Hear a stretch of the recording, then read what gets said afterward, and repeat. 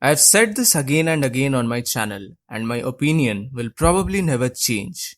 But I definitely feel that Gohan, young Gohan going Super Saiyan 2, and his subsequent fight with Cell was one of the defining moments of Dragon Ball. And in my opinion, this was one of the absolute best moments of shonen anime in general. I love this Gohan. I love everything about this Gohan, and I wish adult Gohan goes to see more limelight just like this. But in spite of all of this, I have a probably different opinion than most Dragon Ball fans, especially in regards to the character of Gohan. Because unlike most people, I genuinely like the character of the Great Saiyaman. So welcome to Wonder Why See, and in this video, I will discuss about the Great Saiyaman and why I feel that this character is awesome, or at least not as bad as most people think it is. Now, the general notion of the fandom is that Gohan was ruined after the Cell saga, and the only redeeming session was the ultimate or mystic form, whichever name you prefer. Now, I feel that this statement is too generalized.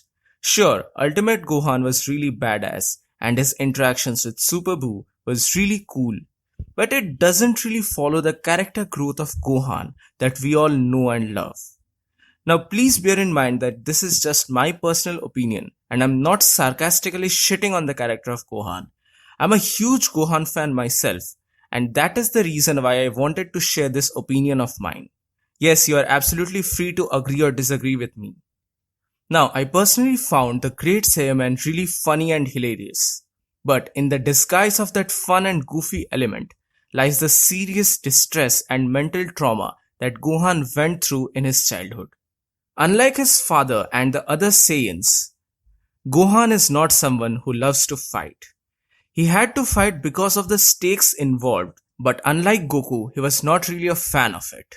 This gentle nature of Gohan was explained in the beginning of Z, yet right from his childhood, he was thrust into world-ending scenarios from fighting Vegeta to the Ginyu Force and from Frieza to Cell. All of this left a deep scar on little Gohan's heart, especially the Ginyu Force. Now, every Dragon Ball fan knows what happened on Namek, but I genuinely feel that because of the antics of Frieza and the subsequent fight with Super Saiyan Goku, most people often tend to forget what the Ginyu Force did. The tyrannical deeds of the Ginyu Force, especially on the Namek villagers and then Krillin and Gohan, were not small stuff. At this point, Krillin had faced stronger villains, but this huge tormenting group was a new and hellish scary incident for young Gohan. This psychologically tormented him, perhaps for the rest of his whole life.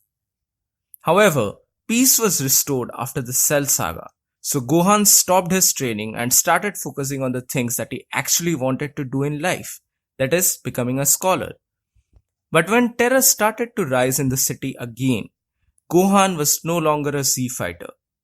He had another life now. He was in high school. So a classic superhero problem popped up for Gohan, something that even Spider-Man faced, that is to protect his identity. And of course, to do this, he needed a mask and a suit. That's pretty much the basic concept of the Great Saiyaman. Now, I don't know about you guys, but I really enjoyed this stuff. To me, it felt like a big breath of fresh air, a change from the formulaic beat down the bad guy element. Now, back in the day, I didn't had internet connection, so I had really no clue that this element of the story was not so well received by the fans. But today, as a Gohan fan myself, I'd like to put forth my 2 cents on this matter. I feel that the storyline of Gohan was handled quite well. PTSD is a topic that seldom appeared on Dragon Ball before this point, so to see a main character coping with it was quite good to see. Also, the character of Great Saiyaman was heavily influenced by the Ginyu Force. The armor, the dance poses, the extravagant name shouting, etc. All of them point to a deep mental traumatic episodes that Gohan suffered as a kid. And what better way to deal with the trauma than to deal with the trauma itself? So as an adult, he adopted a similar moniker.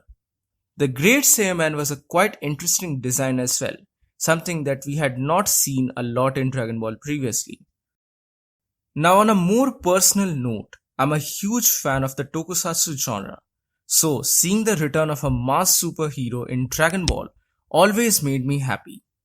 If you're not aware, then Toriyama was himself a fan of tokusatsu, and the Ginyu Force is actually inspired by Sentai, as well as light parody of the genre. So seeing adult Gohan embrace that side and go into the Saiyaman was really hilarious for me to see. Also, during the later stages of the arc, when Gohan removed his helmet and went to face off against Kibito, that scene was really surreal in my opinion. Gohan in that green suit and black sunglasses just looked really cool as a Super Saiyan. So to conclude, in my opinion, the Great Saiyaman character is not as bad as most people think it is. We all know that Gohan was never a willing fighter.